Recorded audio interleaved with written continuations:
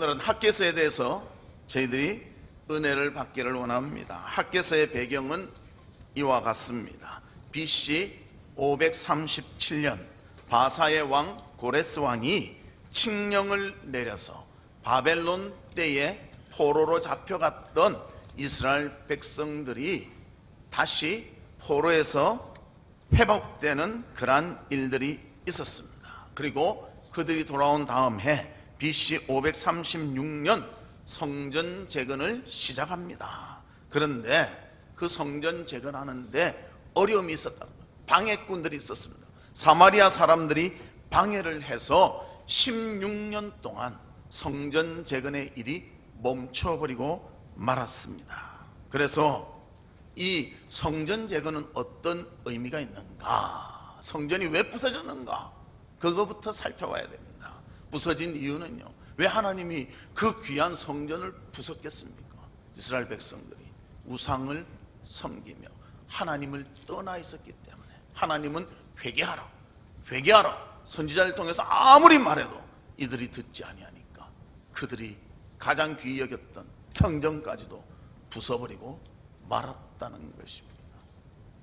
그리고 그 성전을 재건해야 되는데 재건하지 않으니까요, 신앙의 회복도 되지 않는, 머물러 있는 상태에 있고 말았다는 것입니다. 그래서 신앙적으로 나태해지고 나약해진 백성을 재각성시키며 성전 재건을 이룸으로써 영적 회복도 이루기 위해서 학개는 하나님의 명령대로 주의 말씀을 전하고 있습니다.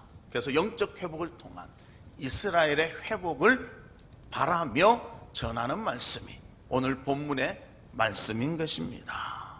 우리도 마찬가지입니다. 하나님 안에서 영적으로 침체되어 있습니까? 옛날 믿던 그대로 그 모습 가지고 있습니까? 날마다 주의 말씀을 통해서 새로워지고 새 힘을 얻고 더욱더 전보다는 나은 우리의 모습이 되어져야 될 줄로 믿습니다. 그래서 오늘 본문에 보면 영적 회복이 되어지기 전 어떠한 상태였는가, 복받기 전의 상태는 어떠했는가, 그리고 왜 복을 받지 못하는 그러한 이유가 있었는가, 그것을 따져보고 복을 받으려면 어떤 모습이 되어야 되고 하나님은 어떠한 복을 우리에게 주시는가, 이것을 통해서 여러분 은혜 받고 하나님 앞에서 놀라운 은혜와 복을 누리는 그런 성도들이 되시기를 주님의 이름으로 축복합니다. 그러면 첫 번째로 복받기 전의 상태입니다. 오늘 본문 5절과 7절에 보면 똑같은 비슷한 말씀으로 이렇게 말합니다. 너희는 너희의 행위를 살필지니라. 즉 그 행위는 어떠한가? 오늘 1장 6절 그리고 9절에서 11절, 2장 16절에서 17절의 그 내용이 나와 있습니다. 먼저 본문 6절을 보면 이렇게 말합니다. 그것을 구멍 뚫어진 전대에 넣음이 되느니라. 그 뒤에 것만 나온 것, 앞에 것도 좀 해주십시오. 없습니까? 그럼 제가 다시 우리 6절을 한번 읽어볼까요? 시작. 너희가 많이 뿌릴지라도 수확이 적으며 먹을지라도 배부르지 못하며 마실지라도 흡족하지 못하며 입어도 따뜻하지 못하며 일꾼이 삭설받아도 그것을 구멍 뚫어진 전대에 넣음이 되느니라. 뭡니까? 열심히 노력합니다. 자기의 방법으로 수고를 많이 합니다. 그러나 흡족하지 못하고요, 얻지를 못한다는 거예요. 매일 나가서 쉴 틈 없이 밥 먹는 시간, 잠자는 시간 빼고 계속 일하는데 수입이 없다는 거예요. 수입이 있어도 전대 뚫린 그런 주머니와 같아서 집어넣으면 샥 어디론가 빠져나간다는 것이 이스라엘의 상태가 이러했다는 것입니다. 성전 재건을 하다가 멈춘 것까지는 어찌할 바를 모른다 하더라도 영적 상태가 점점 하나님을 찾지 않고 계속 그 자리에 머물러 있으니까 그들의 삶은 피폐해지고 아무 힘이 없는 상태가 되어버리고 말았다. 그렇게 표현하고 있습니다. 우리가 새벽 부흥회를 했는데도요, 귀로만 듣고 만나면 똑같은 상태라는 거예요. 깨달음이 없다면 똑같은 상태라는 거예요. 그런 기회가 있어도 그 기회를 놓쳐버린다면 똑같은 상태라는 것입니다. 그래서 우리는 정말 하나님 앞에서 대단한 은혜의 체험을 하기 위해서는 주님을 찾고 또 찾는 그런 모습이 필요하다는 것입니다. 가만히 있으면 되는 것은 아닙니다. 가만히 있으면 도태한다는 것입니다. 그런데 그들은 스스로 열심히 일하며 열심히 노력하지만 그 결과가 신통치 않고, 먹어도 막 마셔도 입어도 부족함이 많고, 무엇을 얻었더라도 그것이 다 구멍난 전대같이 다 빠져나와 지키지를 못하는 것을 말씀해주고 있습니다. 그러기에 그들은 삶 속에서 고통당하며 괴로워하고 있었다는 것입니다. 또 9절에는 이렇게 말합니다. 너희가 많은 것을 팔았으나 도리어 적었고, 너희가 그것을 집으로 가져갔으나 내가 풀어버렸느니라. 많은 것을 바랬지만 바램대로 되지 않았고요, 또 혹 집으로 좀 가져갔지만 하나님이 그것도 샥 놓쳐버리게 만들어버리셨다는 것입니다. 이 모든 것은 하나님이 하시고 있고요, 그 이유는 이제 다음에 보겠지만 분명히 있다는 것을 알려주고 있습니다. 그래서 그들은 바랐으냐, 바란 것대로 얻지를 못하고 조금 얻었으나 그것도 불식간에 다 사라져버리고 말았다는 것을 말해주고 있습니다. 그러면서 본문 10절과 11절에 이렇게 말합니다. 그러므로 너희로 말미암아 하늘은 이슬을 그쳤고 땅은 산물을 그쳤으며 내가 이 땅과 산과 곡물과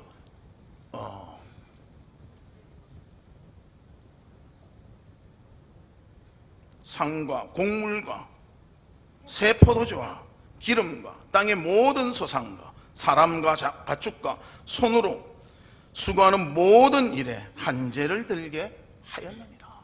그렇게 말합니다. 소산의 모든 것을 얻으려고 해야 돼요. 차원 기름이 확 와서 열매 맺혀야 될 때 열매 맺지 못하는, 얻지를 못하는 그런 상태에 이르렀다고 말해주고 있습니다. 하늘에서는 비도 잘 오지 않고요, 이슬까지도 그쳐버리고, 또 땅에서는 영양분이 공급돼야 되는데 그것마저 그쳐버리는 정말 암담하고 황당한 그런 모습을 그들은 경험하고 있다는 것입니다. 그래서 땅도 소산을 내지 못하고 짐승도 사람도 무엇을 얻기가 힘든 상태가 되었다는 것을 말씀해주고 있습니다.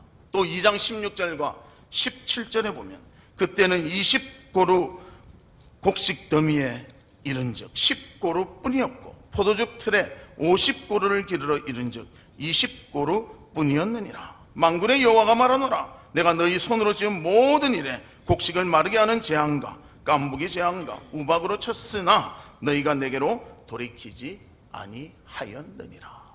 그렇게 말하고 있습니다. 정말 그들이 얻으려고 했지만 곡식은 절반밖에 얻지 못하고, 평소에 포도주는 절반도 못 얻고요, 나머지들은 정말 가지려고 하지만 재앙과 우박으로 인해서 그것마저도, 얻은 그것마저도 다 빼앗기는 그러한 상태에 이르렀다고 말해주고 있습니다. 한마디로 말하면 총체적인 어려움이라는 겁니다. 모든 것이 어렵습니다. 제대로 풀리는 것이 없다는 것입니다.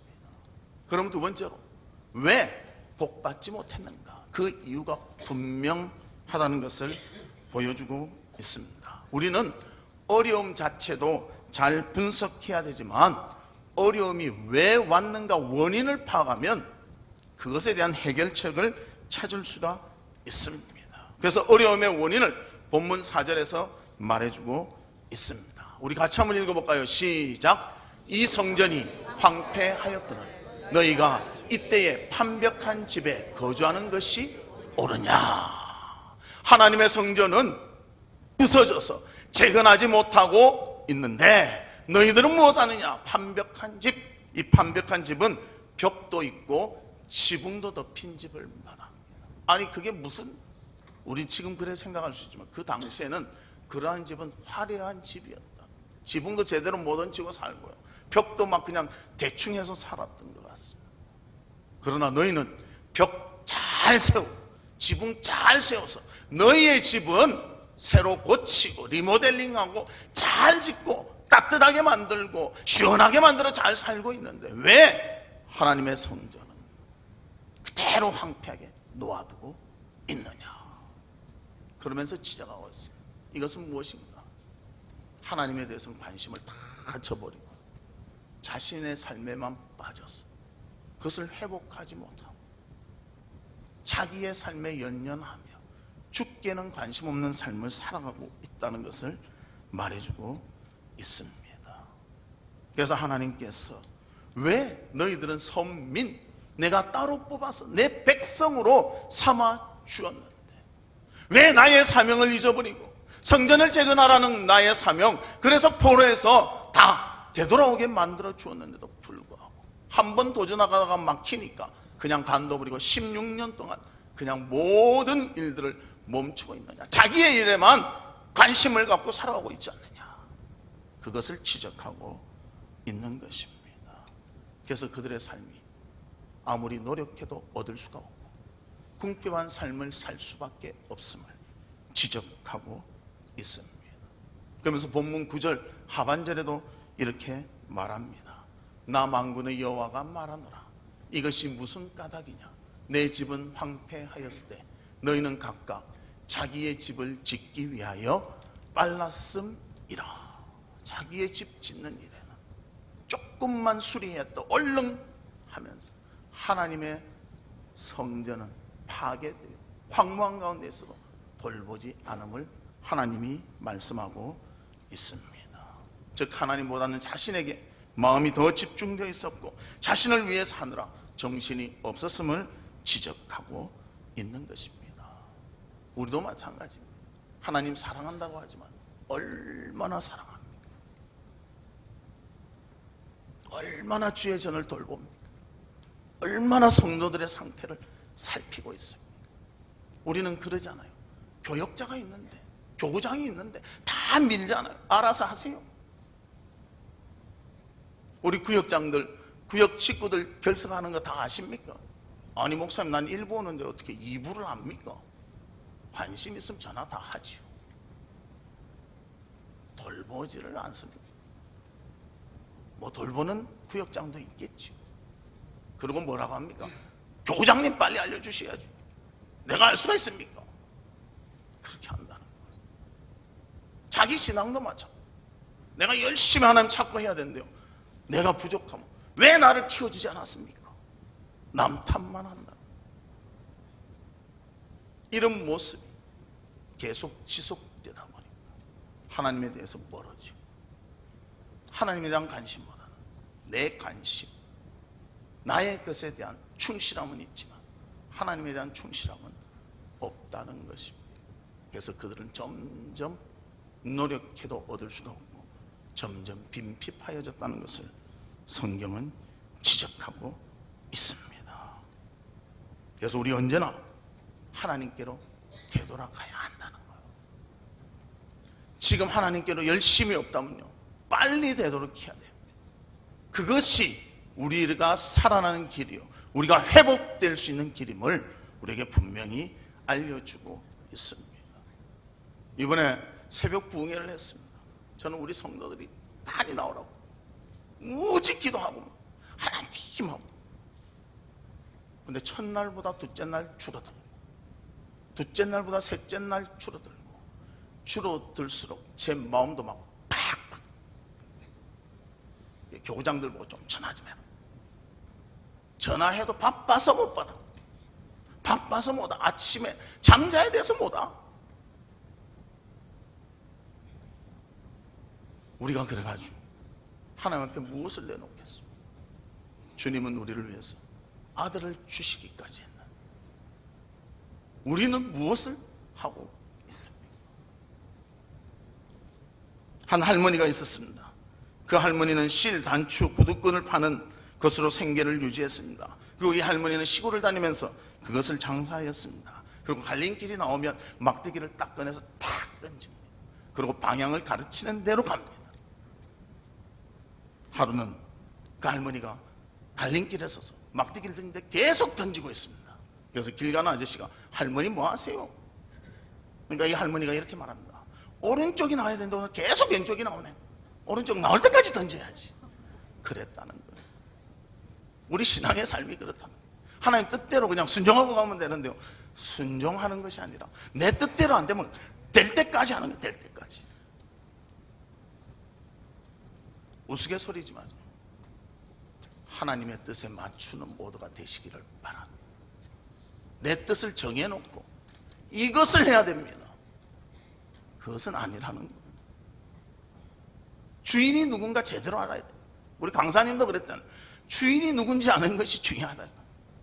내가 주인이 돼서 살면요, 계속적으로 황폐한 하나님의 성전은 놓아두고 내 집만 세워나가는 자가 되라. 그러나 하나님이 주인이 되면요, 나의 것 중요하지만 하나님의 것을 더 귀중히 여기며 그 일에 헌신하는 자가 되어진다는 것입니다. 우리는 언제나 복받지 못하는 이유가 무엇인지 분석하고 그것을 회복할 수 있는 모두가 되시기를 주의 이름으로 축복합니다. 세 번째로는 복 받으려면 어떻게 해야 되는가? 먼저 자신을 살펴야 하는 것입니다. 본문 5절과 7절에 보면 너희의 행위를 살필지니라. 내가 지금 어느 상태에 있는가 살펴봐야 돼. 하나님을 사랑하고 하나님의 뜻대로 모든 것을 감당하고 있는가? 안 그러면 아직도 내 삶에 충실해서 하나님을 등지고 있지는 않은가? 이거 살펴야 합니다. 이거 살피지 않으면 알 수가 없다는 거예요. 그런데 그것을 볼 땐 어떤 눈으로 봐야 되는가? 객관적인 눈으로 봐야 됩니다. 우린 주관적인 눈으로 봅니다. 그래서 남이 잘못하면 막 그거에 대해서 말 많이 하고요, 내가 잘못하면 싹 축소시키자, 말 못하게 만들자. 그럼 객관적으로 보는 방법은 무엇인가? 성경을 통해서 볼 때 객관적으로 볼 수가 있는 것입니다. 이스라엘 백성들 하나님이 포로에서 귀환시킨 것은 분명히 뜻이 있었습니다. 그것은 하나님의 성전을 재건하라는 분명한 뜻이 있었습니다. 그러나 자신을 살피지 않는 자들은요, 그 재건이 멈추든 안 하든 관계가 없는 거예요. 자기 집만 잘 지으면 되는 거였다는 것입니다. 그래서 그 비전을 어떻게 하나님이 주셨는가, 그 사명을 어떻게 주셨는가? 역대하 36장 23절에 보면 바사왕 고레스가 이같이 말하노니 하늘의 신 여호와께서 세상 만국을 내게 주셨고 나에게 명령하여 유다 예루살렘의 성전을 건축하라 하셨나니 너희 중에 그의 백성된 자는 다 올라갈지어다. 너희 하나님 여호와께서 함께 하시기를 원하노라 하였더라. 그렇게 말씀합니다. 선민 이스라엘 분명한 사명이 있었습니다. 올라가서 예루살렘 성전을 건축하라. 누구의 입을 통해서? 고레스 왕의 입을 통해서 하나님이 알려주셨어요. 그런데 이들이 와서 한 일은 좀 도전하다가 막히니까 그냥 간둬버리는 거예요. 16년간 가만히 있어도 누구 하나 일어나서 해보자 이런 사람이 없었습니다. 그때 하나님께서 선지자 학계를 쓰시는 거예요. 너희들이 멈춰 있어서는 어떻게 하느냐? 그 일을 감당하라. 사명을 감당하라. 이제 연말이 되어가면요, 제가 혹시 전화할 수도 있습니다. 안 그러면 우리 부교육자들이 전화할 수도 있습니다. 뭐 좀 맞춰주시죠. 그러면 목사님 저는 절대로 안 됩니다. 단호하더라고요. 저는 못합니다. 못한다 이런 말 하지 말고요, 감사합니다. 제가 최선을 다하겠습니다. 좀 그랬으면 좋겠어요. 그래도 마음속으로 그러죠. 나는 그래도 이거는 못해. 복 받으려면 하나님이 무엇을 원하시는가 깨닫고 그 일을 감당해야 하는 것입니다. 고레스 왕을 통해서 하나님은 성전을 재건하라고 분명히 말씀해 주셨습니다. 그래서 그들은 돌아왔어요. 한 해 지나고는 시작했어요. 그러나 그들의 방해꾼이 있으니까 그때부터 멈춰버리고 말았다는 것입니다. 멈췄어도 그것을 바라보며 이 일을 해야 되는데, 기회를 엿봐야 되는데 그것이 아니라 이제는 관심이 하나님에 대한 관심에서 싹 돌려져서 자신의 관심으로 바꿔져 버리고 말았다는 것입니다. 하나님의 일을 멈추면요, 멈추는 것을 끝나는 것이 아니라 관심도 바뀌게 된다. 올해 한 해만 쉴게요 그러고 쉬면요, 한 해만 손해보는 것이 아니라 그 몇 년을 어렵게 될 수도 있다는 것입니다. 복 받으려면 하나님께로 가까이 가는, 주께로 방향을 트는 우리 모두가 되시기를 바랍니다. 그래서 본문 12절에 이렇게 말합니다. 스알디엘의 아들 스룹바벨과 여호사닥의 아들 대제사장 여호수아와 남은 모든 백성이 그들의 하나님 여호와의 목소리와 선지자 학개의 말을 들었으니 이는 그들의 하나님 여호와께서 그를 보내셨음이라. 주의 말씀을 듣고 순종할 때 하나님께서 기뻐하신다는 것입니다. 그래서 두 번째로는 선지자의 말을 들어야 된다. 하나님이 말씀하시는 것을 들어야 한다는 것입니다. 백성들이 자기의 삶에 푹 빠져 있을 때 무엇이 필요한지 하나님께서는 선지자 학개를 통해서 말씀해 주고 있습니다. 우리의 사명이 무엇인지 우리는 깨달아야 한다는 것입니다. 다시 되새겨야 한다는 것입니다. 그래서 하나님은 학개를 통해서 생각하게 하시고 자신을 돌아보게 하시고 자신의 안일함을 되돌리며 이제는 다시 우리의 사명인 성전 재건에 힘쓰자. 그래서 그들은 회복을 얻게 되었다는 것입니다. 그리고 세 번째는 무엇인가? 다시 사명을 감당하여 성전을 재건하겠다는 결심을 하고 실행했다는 것입니다. 깨닫는 것으로는 다 이루지를 못합니다. 실행을 해야 합니다. 그래서 본문 14절에 보면 이렇게 말합니다. 여호와께서 스알디엘의 아들 유다 총독 스룹바벨의 마음과 여호사닥의 아들 대제사장 여호수아의 마음과 남은 모든 백성의 마음을 감동시키심에 그들이 와서 만군의 여호와 그들의 하나님의 전공사를 하였으니, 전공사를 하였으니 그렇게 말합니다. 그래서 우리는 도와도 문제가 무엇인 줄 알아야 되고요, 또 그 말을 객관적으로 들을 수 있어야 되고요, 또 전해주는 말씀을 통해서 하나님의 음성을 들어야 한다는 것입니다. 그 들은 후에는 실천을 할 때 문제가 해결되게 되는 것입니다. 그래서 복 받으려면 문제를 알고 해결점을 알고 그것을 실천해 나갈 때 이루어진다는 것입니다. 그럼 마지막 네 번째로는 하나님께서 주시는 복이 있습니다. 학개 2장 19절을 보면 우리 같이 한번 볼까요? 시작. 곡식 종자가 아직도 창고에 있느냐? 포도나무, 무화과나무, 석류나무, 감람나무에 열매가 맺지 못하였느니라. 그러나 오늘부터는 내가 너희에게 복을 주리라. 오늘부터는 내가 복을 주리라. 모든 것이 막혀있는 것은요, 하나님이 막으셔서 그렇고, 하나님께로 되돌리니 하나님이 이제 너희에게 복을 주리라. 그래서 우리는 하나님 앞으로 나아가야 됩니다. 모든 복은 하나님이 주관하시고요, 복의 모든 것을 하나님께서 다스리십니다. 그리고 주인이 누군지 아는 것이 중요한 거예요. 그리고 그 주인에게 구하는 자에게 주어지고 또 복을 받을 일을 해야 복을 받게 된다는 것입니다. 그래서 우리의 영혼과 육신이 복을 받을 수 있도록 언제나 나를 하나님께 드릴 수 있는 우리 성도들이 되시기를 주의 이름으로 축복합니다. 이번 새벽 부흥회를 통해서 우리 많은 것들을 배웠습니다. 그래서 우리 많은 성도들이 왔지만요, 모든 성도도 있기 때문에 제가 5가지로 요약해서 알려드리겠습니다. 첫 번째, 기도하자는 겁니다. 기도해야 된다가 아니고 기도하자는 거예요. 해야 된다는 것은 해야지 하고 생각하는 것이고, 기도하자는 나와서 기도하는 것입니다. 집에서라도 기도하십시오. 기도해야 됩니다. 기도 안 하고 사는 사람은요, 호흡을 멈춘 사람과 같습니다. 우리 얼마나 기도하고 있습니까? 기도의 필요성을 얼마나 느끼고 있습니까? 공감은 느끼지만 하지는 못하지 않습니다. 항상 시간이 없어서 바빠서. 그래서 우리 기도합시다. 두 번째는 주인이 누구인지를 분명히 하고 따르자는 거예요. 주인이 누군가, 우리 삶의 주인이 누구인가, 그것을 분명히 알고 따르자는 것이요. 우리의 주인은 하나님이십니다. 하나님 뜻에 따를 때 우리에게 놀라운 은혜와 복이 임하게 되는 것입니다.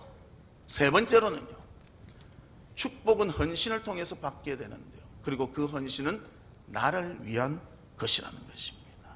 그래서 우리 헌신할 때 하나님 축복 주시는 거예요. 그리고 그 축복이 나를 위한 거죠. 하나님이 우리 가정에 복을 주시면 나한테 복을 주시는 거예요. 우리 교회에 복을 주시면 내가 받는 복 아니에요. 그 일을 감당하자는 것입니다. 그리고 네 번째는 예수를 잘 믿으면 영육이 복을 받는 것입니다. 그래서 우리가 기본적으로 해야 될 것이 있는데, 그것은 무엇인가? 주일 성수와 온전한 11조를 할 때 하나님 앞에 하나님이 나의 주인이십니다 표시가 되고요, 내가 이제 주인을 바꿨다는 삶이 여기서 나타나게 되는 것입니다. 그리고 다섯 번째는 나를 주를 위해 사용해야 하는 것입니다. 그래서 우리 스스로에게 물어봅시다. 나 얼마나 기도하고 있는가? 나 얼마나 하나님 앞에 나오고 있는가? 이것을 점검해야 되고요. 또 두 번째로는 내 삶의 주인이 누구인가?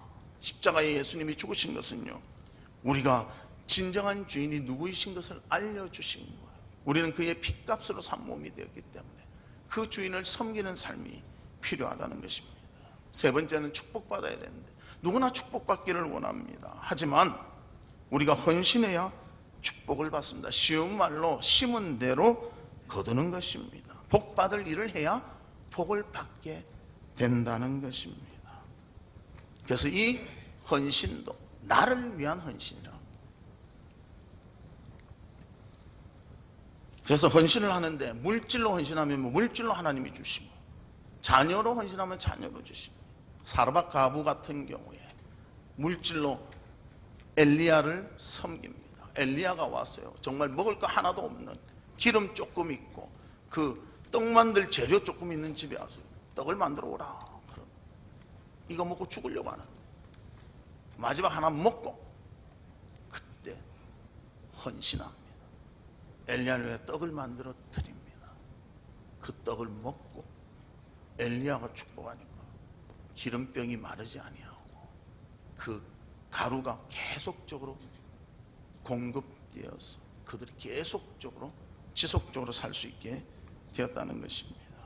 또 네 번째 보면 에베소서 1장 3절 말씀에 보면 찬송하리로다 하나님 곧 우리 주 예수 그리스도의 아버지께서 그리스도 안에서 하늘에 속한 모든 신령한 복을 우리에게 주시되, 그렇게 말합니다. 모든 복 하나님이 주십니다. 하나님이 주실 때 열리고 하나님이 막으실 때 받을 수가 없다는 것입니다. 그래서 우리는 주일 성수에 헌신해야 되고 하나님 앞에 온전한 11조를 드릴 수 있어야 한다는 것입니다. 그리고 다섯 번째는 나를 위해서, 나를 주님을 위해서 사용해야 한다는 것입니다. 우리 태어날 때 가지고 온 거 하나도 없습니다. 또 되돌아갈 때도 아무것도 가지고 가는 것이 없습니다. 우리는 청지기입니다. 이 세상 사는 동안에 하나님 주신 것을 받아서 누리는 자주, 내가 원래 소유하고 있는 것은 없다는 것입니다.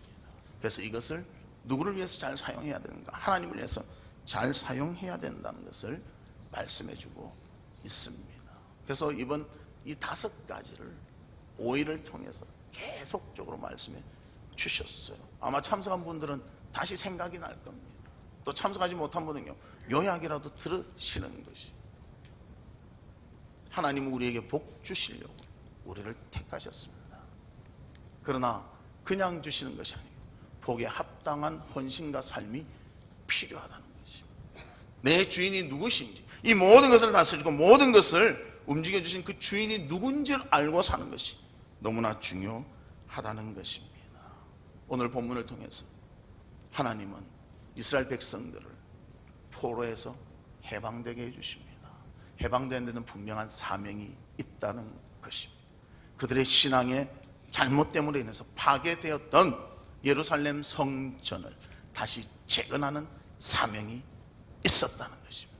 그러나 그 일을 하지 않고 멈춰 있었을 때 그들의 삶은 노력해도 얻을 수가 없었고 수고해도 풍족하지 못한 그런 삶을 살았다는 것입니다. 그래서 학계 선지자를 통해서 하나님이 말씀하십니다. 나의 사명을 감당하라. 그때부터 너에게 풍족함이 있을 것이다. 우리 사랑하는 성도들이요, 학계의 말씀, 우리에게 주신 사명은 무엇입니까? 나만을 위해서 사는 삶, 세상을 위해서 사는 삶, 하나님은 원하시지 않습니다. 주님을 주인으로 삼고 주님께 충성하는 삶, 그것을 하나님이 원하십니다. 우리는 둘 중에 하나를 선택하는 것입니다. 나를 위해 살든지 하나님을 위해 살든지.